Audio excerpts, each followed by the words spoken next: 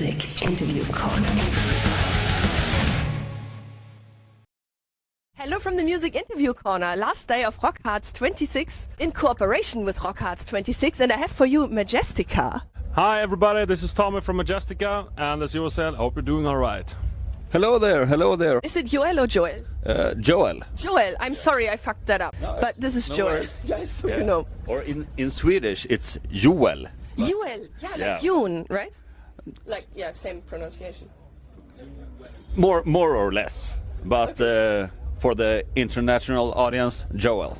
Joel, okay, Yeah. so I did it right. Good. How does it feel for you to play at Rockharz today? It feels great. I mean, I've known about this festival for such a long time. It's great to be here.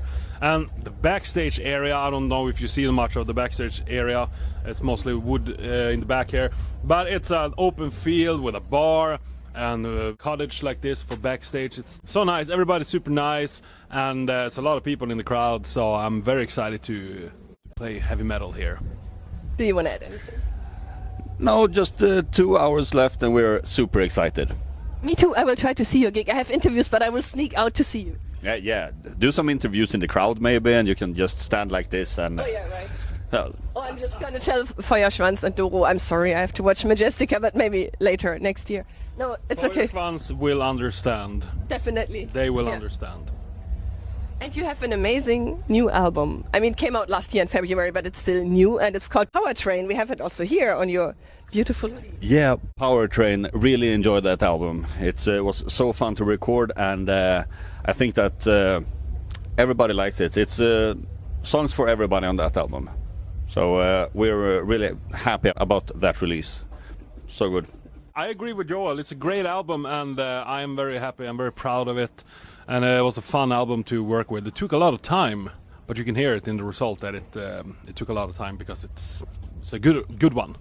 And what's the least power metal thing that happened during the recordings? The least power metal thing. Maybe we drank too less not so much beer. We took it too seriously. Very un-Scandinavian. Yeah, but I think we're catching up during the festival season, so it's no worries at all. Yeah, you know the bar's just straight ahead. Yes. Yeah. Okay. I'll be there soon. Okay. I know him. He's Chris. His name is Chris. He's super nice. Yeah. Yeah, and we like that, Chris. Yeah, but I mean, of course, it was. I think it was a very professional recording. As Joel said, we didn't drink so many beers. Maybe that's why the album turned out so great. I think because we do everything ourselves. When you go to a studio and record, you can get super drunk because the man behind the buttons is usually sober, so he can fix everything. But now we're doing everything ourselves, so we cannot be other than sober to do this. Oh yeah. I'm kind of sorry, but I also love how the album turned out. Thank you very much. I'm glad to hear that. Same here. I'm very happy how the album turned out. Do you have a favorite song on Powertrain? Yeah, I would say My Epic Dragon, which is funny because we have never played that live, actually, but I really enjoy listening to it. And maybe that's the reason. We haven't played it live, so I can't grow tired of it. Oh, good. Yeah, I think it's good. I have to agree with Joel. My Epic Dragon is definitely my favorite because that's the one that's, is all the other songs you can hear that they're kind of related to each other, but this one is most symphonic, epic power metal, and also it's the first song that I wrote to this album almost 10 years ago. I've been listening to it for such a long time, and when we decided what songs to have on the album, it was like, My Epic Dragon needs to be there. Doesn't matter what you say. 3 against 1 doesn't matter, it's gonna be there. But everybody was agreed, so. So you wrote the song 10 years ago, and now it's on your 10th studio album. Yes, exactly. Like Destiny. Exactly, Yeah. exactly. I actually heard My Epic Dragon before I was a member of Majestica. Yes. And then you said, I need to get into this band. Yeah, exactly like that. But yeah, and I liked it back then as well, and it turned out great, so kudos. Danke. Oh, Dankeschön. one of my favorite songs is also, of course, that one that you mentioned, My Epic Dragon, is amazing, but No Pain, No Gain is also one of my absolute favorites. Nice. Yeah, track 2, yeah. A funny thing about that song is that that song was the one that took the least amount of time to write. Oh, wow. The music was done in one evening, and then the lyrics was written during a walk in the woods. Nice. Yeah, so that, and I think we managed to record that one pretty fast as well. But that's one of the favorites among fans as well, and which is funny because we put the least amount of effort into that song, and it turned out so great. You just said you're so serious that you write about what time was betrayed. This Mrs. Sandman cheated on time with his wife, or what was the thing you said earlier when I was setting up the camera? No, well, it's not about comedy. It's a serious song about Father Time working late because, you know, it's New Year's Eve. He has to reset all the clocks. He comes home, finds his wife in bed with Mr. Sandman. And then he takes up a rifle, shoots him in the face.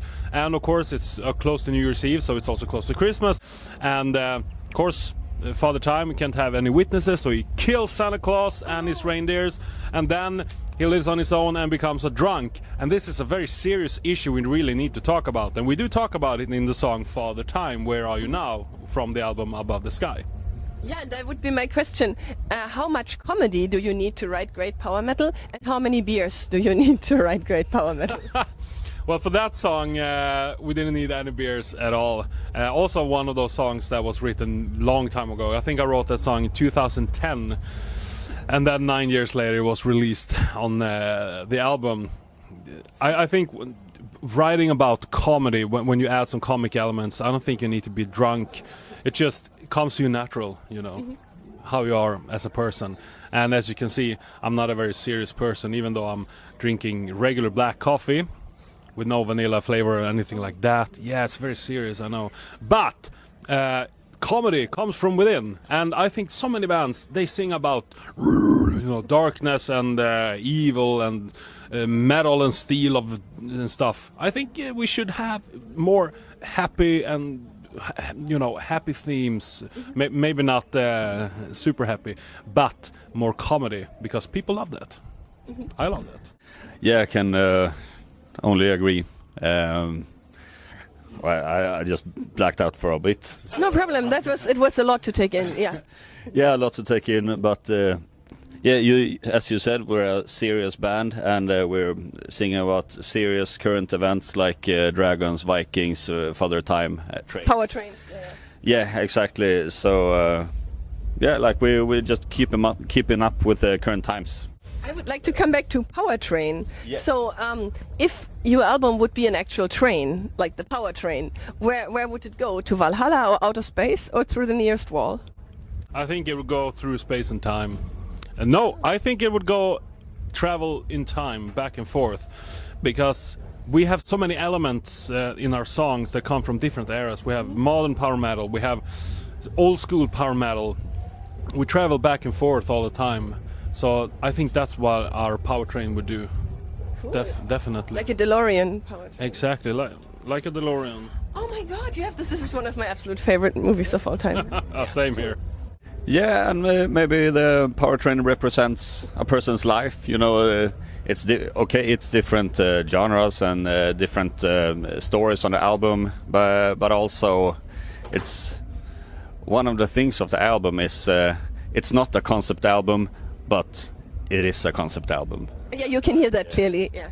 Yeah. So like from start to finish in one person's life, that's the power train. Yeah, I just want to add, speaking of Back to the Future, we do have a song on Power Train that is about Back to the Future. Which one is it? Go Higher. Oh, of course, yeah. But it's not like Back to the Future. It's more like what would happen if Marty McFly would travel back 30 years now. Then he would end up, we released it last year, so last year he goes back 30 years, means that he goes back to 1995 instead of 1955. And what happens when you go back to 1955, you realize, holy shit, everything is perfect here. This is so great. So I don't want to go back. I don't want to go to the clock tower and get back in my own time. So that's like the theme, but you need to get back. You don't belong here. But he's like, no. I'm not going back. I'm not going higher. I'm staying right here. Even if there's no hoverboards? Exactly. Exactly. We don't need hoverboards. And also, they don't exist. Tony Hawk, he fooled us. Yeah, what a liar. What a liar. I don't like that. I do like Tony Hawk, but I don't like that prank because I got almost excited until I realized that this is just a hoax. But maybe later, like if we go another few years in the future. Then maybe, yes, absolutely. Maybe. But still, I will go back to the 90s and stay there. Yeah, I also would rather have like hoverboards than AI. Or something. Yeah, exactly. No social medias. Everything was great. Great movies, great songs. You name it. Everything was good. Oh, yeah, now that you're reminding me after the interview, we have to take a picture for social media, for Instagram. We would not do this in 1995. No, but now. I'm kidding. Yes, of course. Or we just not do it and I just post a black picture and an explanation and written Yeah. words, like, because 1995 and no AI, no social media. Exactly. Yeah. No, it'll be fine. I missed that Tony Hawk prank, so no, not really, but I have nothing against social media. Like, Oh, I take a picture with you then. yeah, I'm pretty happy in 2026, I would say. But you're a few years older than me. I was born in 1991, so I kind of missed it. But you was like in 2000 you were 13, so you had your childhood in the 90s. I was a bit too young. If the powertrain had a conductor, who of you would be the conductor and who would the best conductor and who would be the worst conductor? I think I would be the conductor because it's also in my blood. My grandfather was a conductor. Really? Yes, which my mom told me when we was recording the album. She said, "Oh, it's Sorry, guys. I can breathe again. Sorry. So your grandpa was a conductor. yes, he was a conductor, and I also like to work with people. So I think I would do a great job. I think the worst one would be Chris because he would be his patience would run out pretty soon. Oh. So I would say Chris would be the worst one. I actually, in Sweden, once I dated a train conductor named June. And they all All right. because they had the wrong ticket, and then we went on a date afterwards because he didn't give me a penalty. All right, oh, that's good. And who would be the fare dodger, the blind passenger on the power train? I'm sorry, what? The fare dodger, who would like try to go like without a ticket, right without a ticket on the power train. I think that would be Petter. Definitely. He would just show up there and it's like, yeah, I don't know what's going on, man. And then when we come and try to get the tickets, he would be like, oh shit, I need to go to the bathroom. And then he would go to the bathroom and then 30 minutes later, all clear? Okay, good. And It then, works actually. yeah, I know. I've seen it. I've seen it, but I also seen people get kicked out. That was hilarious. I was just sitting there with my ticket. Na na na na na na. Do you want to add anything to that? Sorry. I would say that that would be me because yeah, on real trains or at least in Gothenburg I almost never have a ticket. I just go on and then hopefully no one checks. Respect. I used to do that in Germany. Oh my god, we shouldn't reveal that, but yeah, we have to wear hoodies now when we go on trains. Yeah, we need to dress up like. Otherwise, Yeah. I will come. I will recognize you guys. But we're friends with the conductor, so that's okay, I think, right? We're Yeah, now it's okay. So right connections. exactly. Oh, yeah, maybe we can jump to another topic. You're going to be in an epic battle. You're going to be on tour in the fall with GLORYHAMMER and ARION. And that seems to be for me like one of the most epic power metal battles. If we would actually battle each other, Yeah. who would win? To be fair, I think we have a good chance because we do have a dragon, an epic dragon. In fact, we have a train, so we can run them over. But GLORYHAMMER, they do have a goblin and a big hammer, so yeah, that can be a tricky one. I would say Majestica would win. I think so. With our train, I mean, it's a power train and a dragon. And we have when we travel in time. So if we would lose, we just go back in time and yeah, And like you start over because you know where the hammer will hit and you go to the exactly other side. like the Tom Cruise movie. Yeah. Exactly. Yeah. We'll have to beat an undead army of unicorns. And so I think we'll need to go back in times a few times. Yeah, GLORYHAMMER is also going back in time sometimes, so they can beat you with that maybe. Goddamn. I would love to see that battle. Yeah, I will too, but it will be a glorious tour. It will be so much fun. Glorious 30 battles in different countries in Europe. So really looking forward to that. Cool. And if you would have to switch songs with GLORYHAMMER, like if they would have to play one of your songs and you would have to play one of the GLORYHAMMER songs, what would be the best choice? I would say that we would switch No Pain No Gain for Set the Universe on Fire, and then we would switch Thunder Power for Unicorn Invasion of Dundee. Yeah, I was thinking something similar, but I want to play Heroes of Dundee. That's a good song. Yeah, I would love to hear that by you or both bands together. Yeah, we should do something about that. Maybe record a cover, show it to them. We have lots of time. So, like, no show in Romania in a couple of weeks, no Japan, no nothing, so we'll have time. What's the craziest thing you guys have ever done on tour that you can share here without getting in trouble? Oh, I don't know.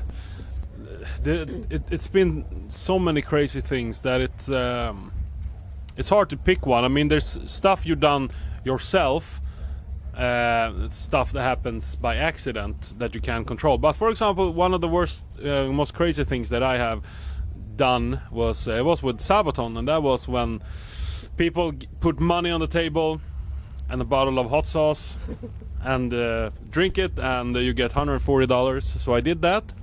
The next year I did the same thing, $200, a bigger bottle of stronger sauce. I did that. Then the last time I did that was $260 if I take 1 tablespoon of flatline sauce, which is 7 million Scoville. Oh no. And of course I did. But you survived, you're sitting here. So Yeah, but there was a moment there I thought that I will puke blood, because that was the most painful experience I've ever had. And I broken a finger. That was painful. But that one. But were you not scared that it would damage your voice or something? Yes, of course. But you know, when you're a little bit drunk and you see all that money, you're like, 1 tablespoon. All right, sure. And I did. And there was 7 million Scovilles. Oh my god. Yeah. I now I'm convinced you would win every epic battle if you can survive that. Yes, I will. Yeah, I don't do those things because I'm pretty smart. But I don't know, some crazy stuff happening here and there. But I would say once we were too late to our show. I think the show, it was with another band, not Majestica, but I think the show was supposed to start at 9, and 8:50 we arrived to the venue, and I just walk up behind the drums and like, this might work, and I started the intro, played, and it was the best show on the whole tour. Really? Yeah, so really lucky. We were like, should we cancel the show? Nah, we'll try. Like, it might be the worst show ever, but who cares? We don't want to cancel. So, and it was so good. It was in Sweden, in Karlstad. So you think it was so good because you didn't overthink, you just jumped into it? Something like that. And the crowd was really patient as well. So they were waiting, like, are the band gonna show up? But everybody stayed. I think 70% of the crowd was like, yeah, it's gonna be cancelled. So, but yeah, great show. If the festival would give you full reign and full power over the festival, and you could make any decision you want and add any unnecessary feature, what would you add to Rockharz?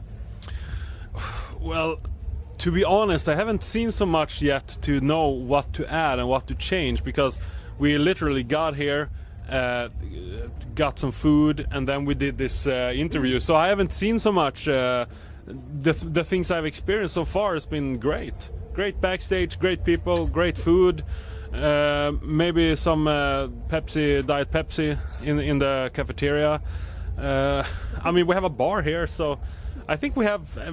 I feel that I have everything I need. I haven't seen the bathroom situation yet, though. They're pretty good. They are just straight ahead. Across here, they are really good. All right, all right. I will. Everybody praises the bathrooms. I will inspect that later. Do you also want to inspect the bathroom later? I have already done that, actually. Oh, how did you like it? It was clean. Yeah. So 10 out of 10. Would recommend. Cool. And yeah, as Tommy said, we ate, now we're here. So I won't change a thing so far. So far, so good. First thing you do, eating, and then my interview. Now I feel really honored. Yeah, and then showtime, and then beer time, and then we will crash Fireswine's interview. Oh yeah, you can. I don't know which hut they are. Yeah, they are next to you. Just yeah, just a few meters away, so we can stand there, just drink some beer and steal some. You know what? I can set up the camera to film to the background, like to the open space. Sometimes we're doing it under this pavilion, and then I film to the open space, and you can come and dance in the background. Yeah. That would be a good idea, I would say. And we have no shows in 3 weeks, so we can drink a lot today as well. Drink a lot, dance a lot, maybe listen to some bands later.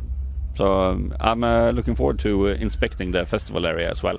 That's what Joel and the guys are doing. Me and our front of house guy, we're gonna drive right away to Berlin right after the festival, right after our show, because both me and him are going to Sweden to do a show.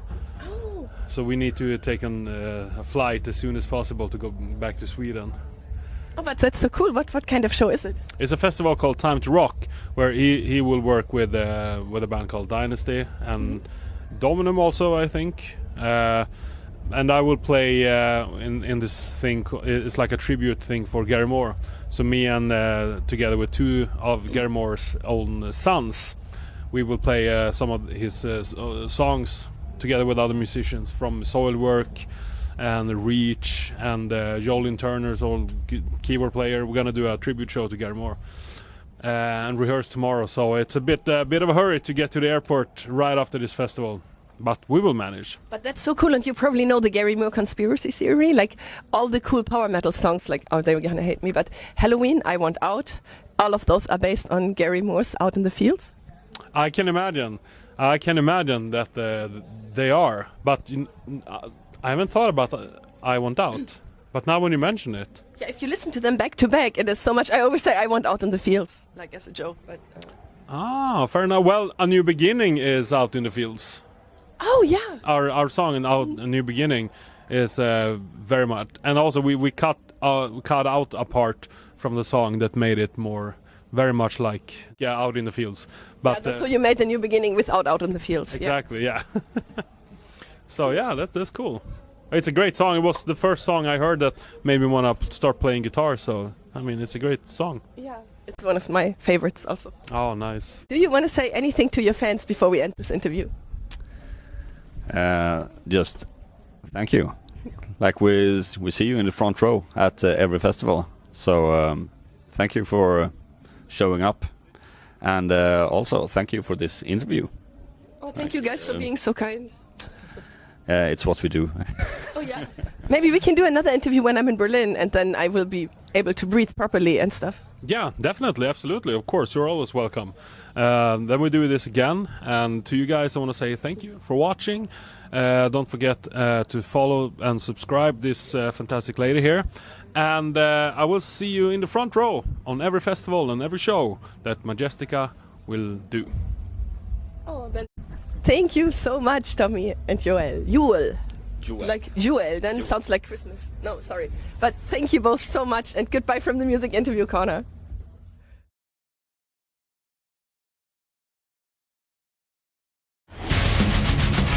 Music Interview Corner.